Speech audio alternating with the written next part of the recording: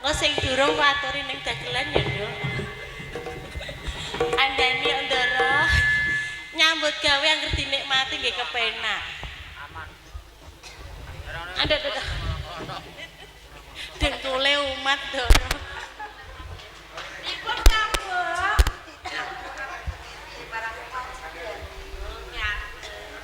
Yo. Nggih, Ndara. Piye kewajibanmu kok wis padha gawe lawan suka? Kambok mundhut pirsa. Kepareng matur, Ndara. Nanging sadaya matur sembah sungkem mugi konjuk. Tak tampa tiba sepadha-padha ya sek ya. Sanget anggen kula mundi mugi dadosaken jejiman. Ndara, sedaya kewajiban para abdi sakmenika sampun rampung. Menawi sawanci-wanci panjenengan badhe ngersakaken menapa kemawon, sedaya sampun sumadyan, Ndara. Matur nuwun yen kaya ngono. Darbe atur dhisik ya Yung ya. Oh nggih, sumangga. Nyambok galuh. Nyatanipun sedaya kewajiban para abdi menika sampun rampung. Katonengga dawuh saking panjenengan badhe paring dawuh menapa tangresaken ganti busana daharan menapa unjukan kanggo Jane pas yen unjukan kok diaji. unjukan Iwane ra adem banget to. Ngersakaken wedang jahe napa pripun, Ndara? Wedang jahe panas iki. Napa kopi ABC? apa jeruk anget-anget wedang jahe Oh, wedang jahe. abdi suwana Ampun kuatas, Ndara. Aku sono. lha lha kok abdi suwana ta Lah biasane niku sing cepet ta, Ndara? Sore wis usung-usung abdi suwana kok yo. Lah kula turun ndelik mawon digugah. Nggih ngertos. untuk blarutan Barutan. untuk jaket Iya, Ci. Yo wis yen kaya mangkono. Pun kang mbok rumangsa bagya mulya. Wonten sirah ora rewel kok diaji.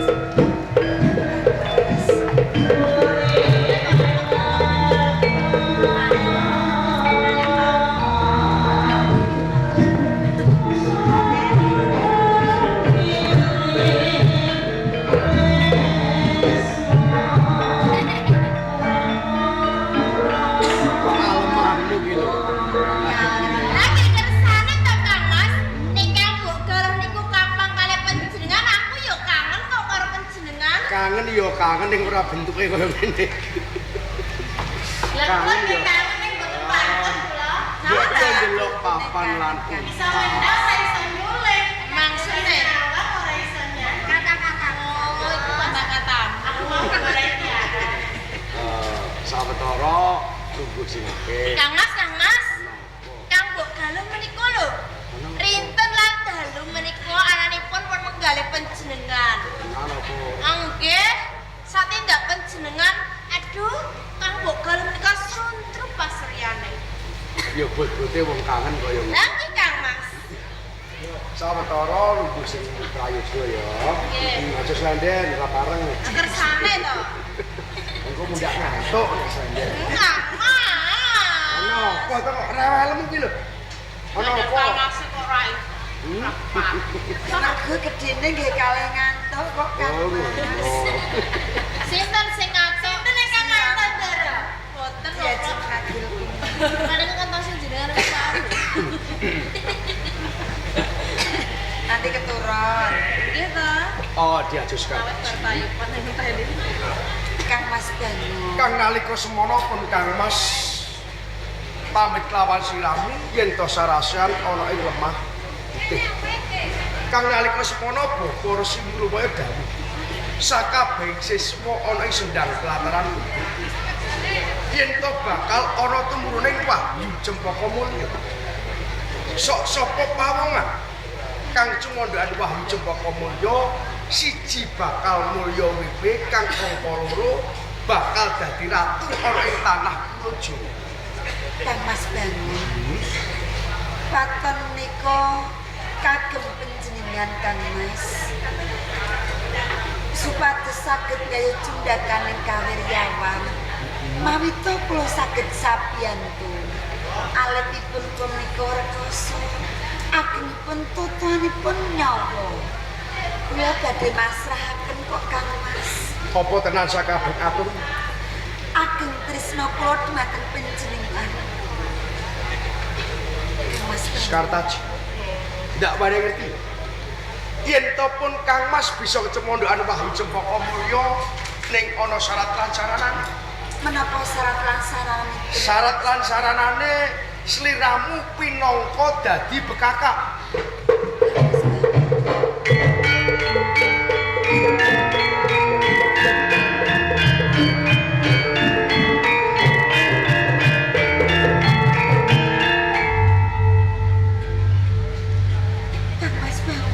Kartaji. Mawita tetelo kula kedah dados bekakak. Sarananipun yen saged gayuh cundhakaning kawiryawan. Punten menapa-menapa Kang Mas kula lila masrahaken nyawa lan raga kula. Wis aku Kartaji. Yen pancen kaya ngono ayu tenan. Wong wadon kang mitu gawe wong lanang.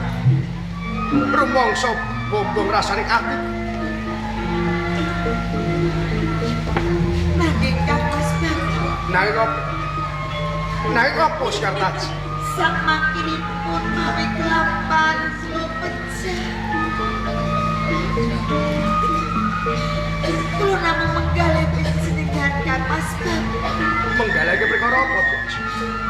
Sinten kang badhe lati kalih panjenengan Kang Mas Bagong. Diajas Kartaji. Upama to kelakon sliramu pinangka dasi sasran, pinangka dadi bekakak. Sliramu rasa was lan semelan. Wis ana wanita pinangka gantine sliramu. Pengen mangerteni? Sinten Kang Mas Bagong? Ora ana liya mung Anggraini putraning Paman Patih Kudonawarsa. Kang Bagong.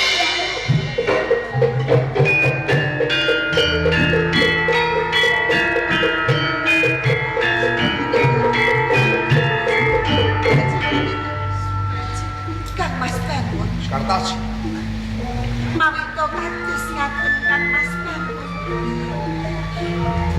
Kula wurungaken sedaya atur kula Kang Mas. Coba baleno atur.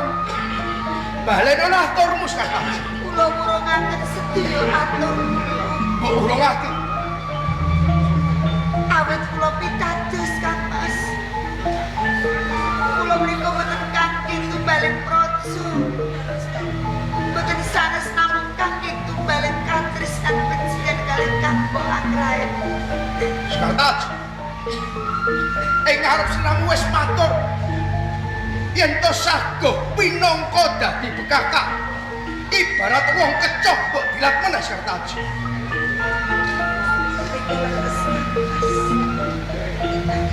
Yo gini atur kaya ngono.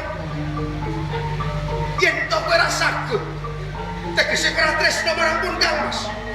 Lair tangisipun batos kula tresna panjenengan Kang Mas Bagong. Tresna. Mawi kangge tumbaling praja kula lila Kang Mas.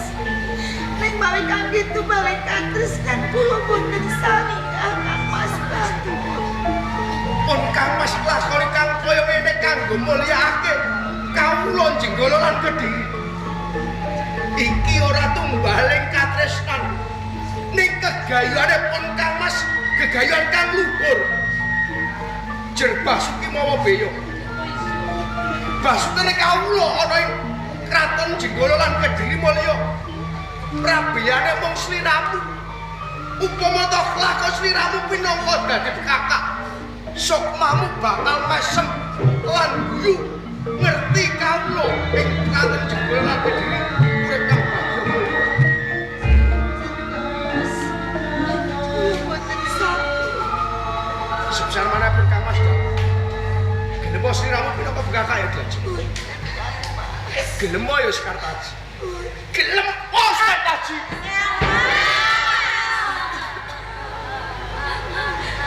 Kartaji. Sakit Kang Mas Bagus. Loro. Kowe ngrasakake loro.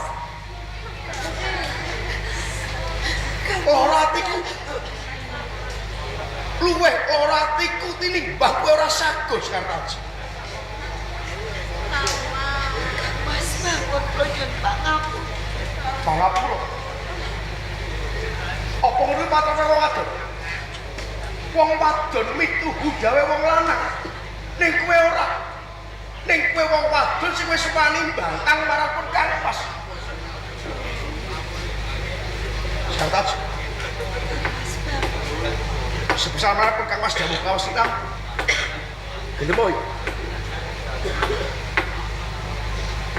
Gelem moy Kartaji. Mas. Kula pun sangat Mas. Benar aku ora mentok.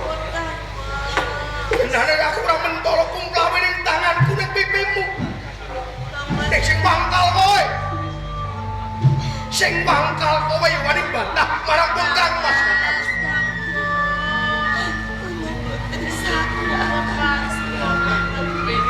Ora sagol teges ora tresno.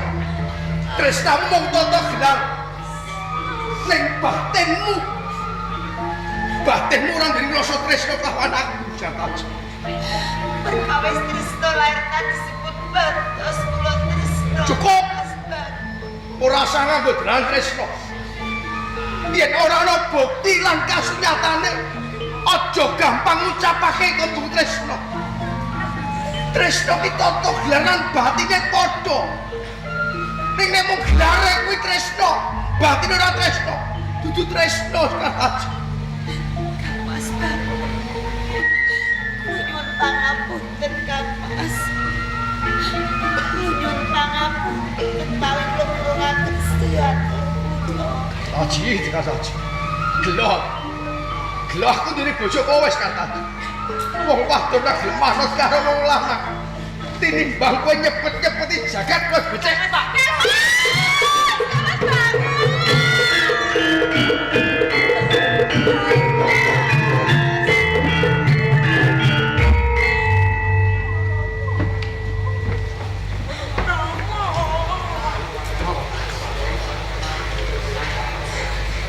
Kowe malah domblok tok.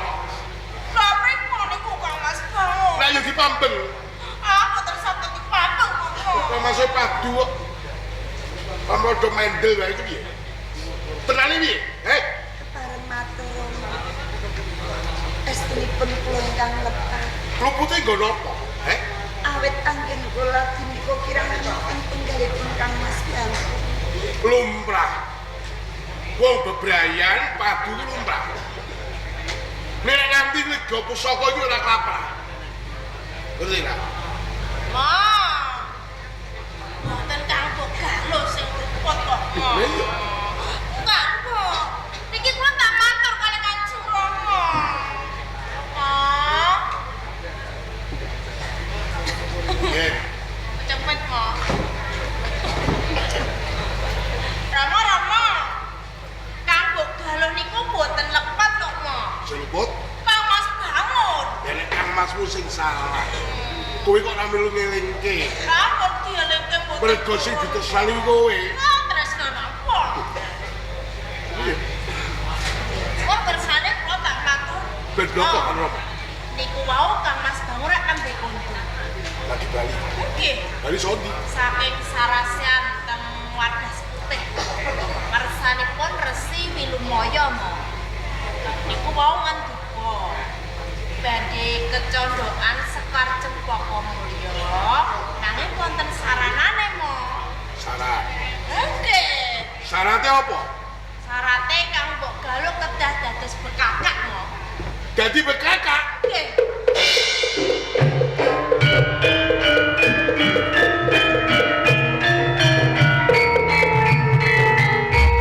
Jembleng selendeng. Gumun setahun. Nggih, Rama. Lu golek syarat kok bojone nggo bekakak iki karepe piye? Sing golek guru ning ndi? Iki dukun keparat apa piye? Lah, ini kau nggak mulai mungkin. Lha nek dheweke mung guru monggo. Mergo calon ratu. Lengsere Rama sing tak dumuk ora le omong bangun. Mergo Kang Masmu curiga nata ora kersa. Dene mungkur ing kadonyan. Pengen ngomong para Panji. Ning Rama. Awet agung tresnanipun Kang Mbok Galuh kaliyan Kang Mas Bangun, mila Kang Mbok Galuh menika saged dados bekakak. Lumrahe bekakak di sapi. Beli sapi. Kebo. Wedhus. Lalu ora lumrah. Lah golek kamul kan bojone kok malah kanggo korban iki piye? Lah Kang Mas Bangun niku madoske kamulian wanita sanes kok, Mas. Cek, lah kene kuwi. Nggih. Kowe demi barang apa-apa. Mboten, Rama. Saengga betul bekor.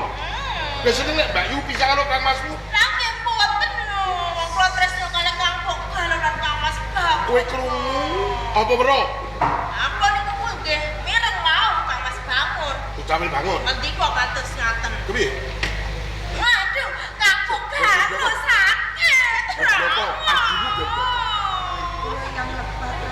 Aja kok golek kowe luput. Kita perang di sing luput di sing bener. Nggih, Rama. Ya, terus Niku mau Kang Mbok Galuh niku ora ajik. Mengki yen Kang Mbok Galuh dados bekakak, njur sinten ingkang melati kalian Kang Mas Bangun? ayo bener kebungan Mbak Yumu galuh. Kang Mas Bangun terus ngendika mo? Galuh ndi? Aja kuwatir Jajeng. Engko kowe yen wis dadi bekakak, aku wis duwe gantine sliramu. Ono gantine. Nggih, Sapa bocah wadon ganti? Kang Mbok Anggrene putrane Bupati Kudalawarsa. Putrane Pakmu kudu lawansa. Nggih. Pareng Kang Kang Mbok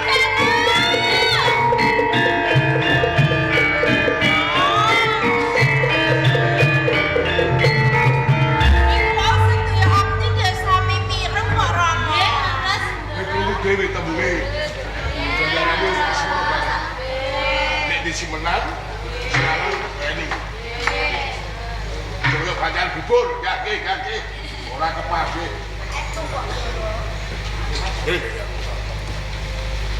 Kanggo gawe kali aja nganti aku tabrak rasa karo wakmu Kudalawarsa. Poli selesai. Beneran ora. Saya nggih, betul empatian. silakan Tak jawab. mundur soalnya waktu Kudalawarsa. Langsung.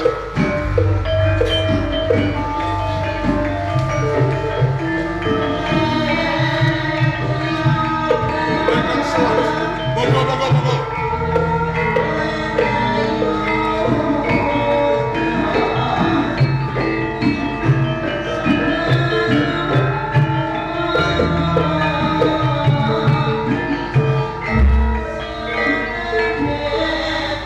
Kaget, itu tak piji sowan.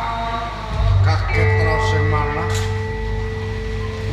Dereng mancinipun pisuanan aku kula katingal marang sowan. Malah kapolo ning Taman Bapak Boyo kuwi kados makaten. Kene kali gatosan. Ono gatos. Nggih.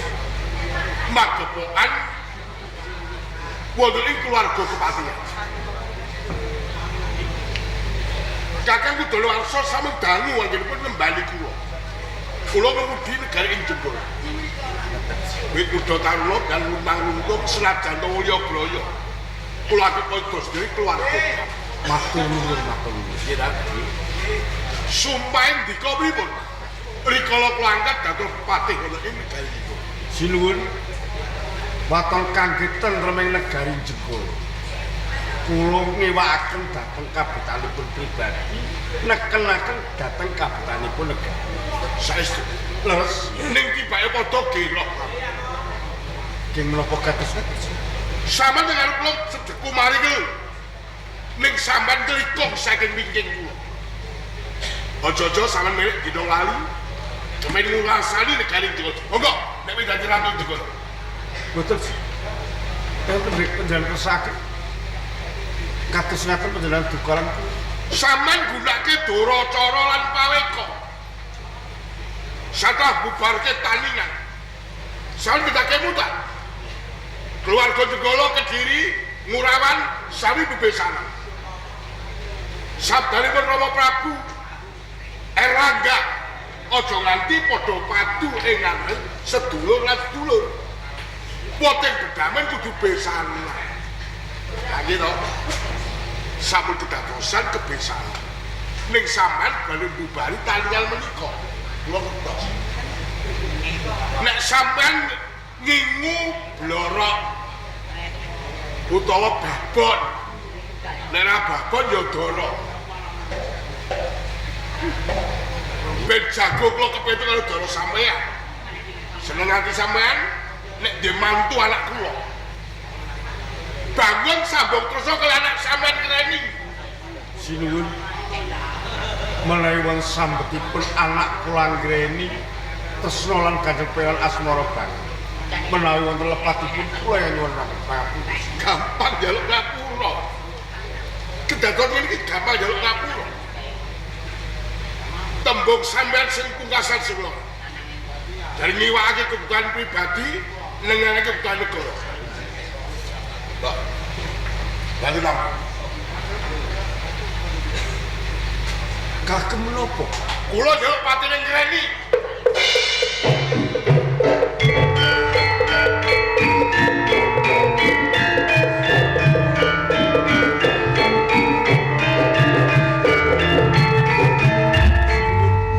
Sepisan malih kula yen munaken pangapunten melawan pitaranipun kula ing niki. Ora ana ngapura babar pisan kanggo Kakang Kudowa.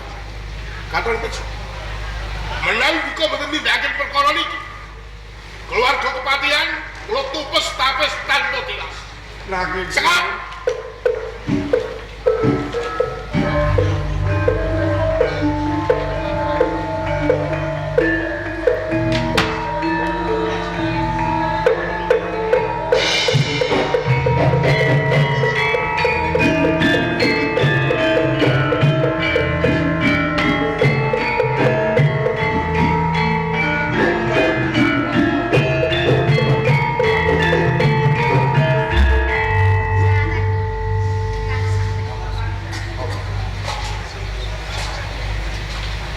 Siramu lho tengkleng ngono iki.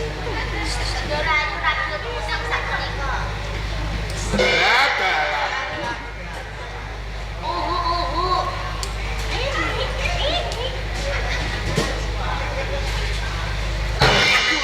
Ayu kok. Ayu. Napa ayu? palaksananipun lho.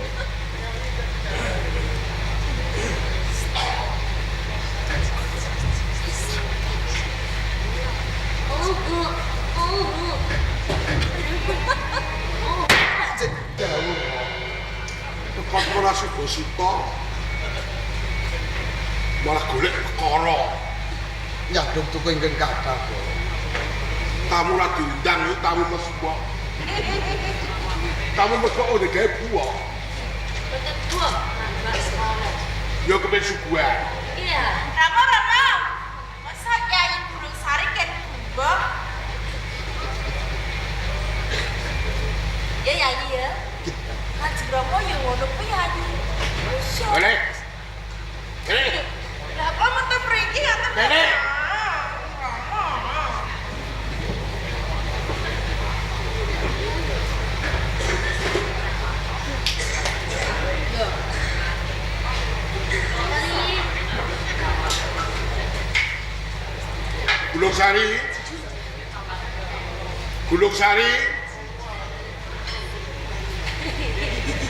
Gulung Sari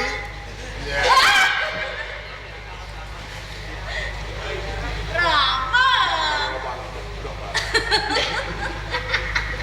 lah sing jebule Bambang ora golek loro Abdimanipun adat sabderak boten niku. lah iya Abdi Bambang niki to? lah abdi kocok Dipun pejahi kemawon. aja tukangnya pijet kurang Boten gembul. ya pijet sing gratis kok Gembul. masuk ke suara Kalis ing sakara-kara mboten nemahi anal setunggal menapa. Namung sembah sungkem kiraya bekti kula mugi kunjuk Bapak. tak tombo pangestune wae ditamani Sanget ing pamundi mugi mewah ora daging kayuanan saka diwe saking Gunung Wilis. saka Kang Mas Putri gono Leres. yang so kawruh mbok pangerten ngesane Kang Masmu curi golok ambake seno sing mudha taru ning kawruhe jangkep Sawetawis kula mapan ing Gunung Wilis panampi piwulang luhur kersanipun Kang Mas Wirya. Sok yen bapakmu wis Werdatama, kowe ganti palungguane nyanyi Lembu Mergadu ing Kediri. Ora betul Kang Mas bangun. Bakal ganti Wa Prabu ing Jenggara. Oh Prabu. Sajake kok kari gate. Ejih. Karo raya swan kula ing Jenggara menika rak tuwi kawijenganipun Wa Prabu. Bagas waras rodok pilek sithik. Napa-napa rada. Rodok. Lajeng Wa Putri kados pundi? Wakmu putri sawetara iki cuti Nah kuwi ning wae Semarang. Oh ngaten iki. Kula tuwi kanjenganipun Kang Mas Panjasmara. Uga Basuki Lajeng Kang Mbok Gali Candra Kirana. waras wiris. Semanten nggih kula tuwi kanjenganipun Wa Prabu Lembu Amin. Iya, Bagas waras. Wa Putri kados pundi? Rada gerah. Kang Mbok Gali Candra Kirana. Terus Kula tuwi wae. kanjenganipun Kang Mas Panjasmara. Ya, terus Wa Kagung. Wa Putri ubet-ubetan. Ping pira? Kawan. kula kapang lan Kang Mbok Ragil. Lah ya kok bloko ngono. Kula nggih, Mas. Kowe ya kapan? Nggih. Kudu kejeblok Oh. waton. Terus kudu malah kongkon. Nah. Gunung Sawu. Paring dawuh kula. Kowe terus nopo? Yen Kang Masmu bangun gendon rukun nggone pembayatan baris. Menika inggih kula gadah. Atut runtut tansah reruntuhan. Nilakno renggane Kang Masmu bangun kowe kepiye? Kula nderek nelongso. Kene menapa Wa Prabu ngendika ingkang kados niki. Luwih prasaja aku bakal bloko. Nek kalau baliki bangun rada ora tentrem nggone omah. Rengko. Lajeng menapa ingkang kanjalari rengkanipun bebrayan Kang Mbok Galuh lan Kang Mas Panjasmara. Kan jalari putri soing kepatian Dewi Reni, putrane Pak Bupati Kudala Warsa. Angkera ini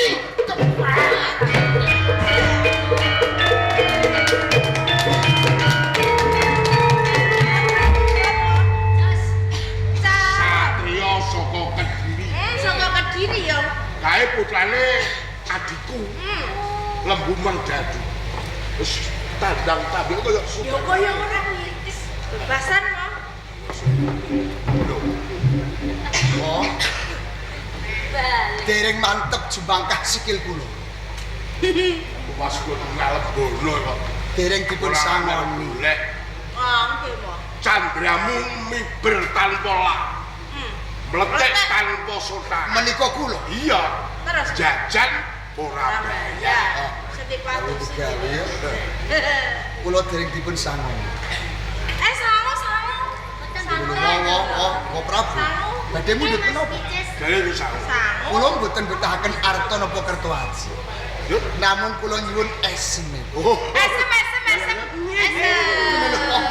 Lha napa kok esme jenengan Jare. Adi Mbang Biodo?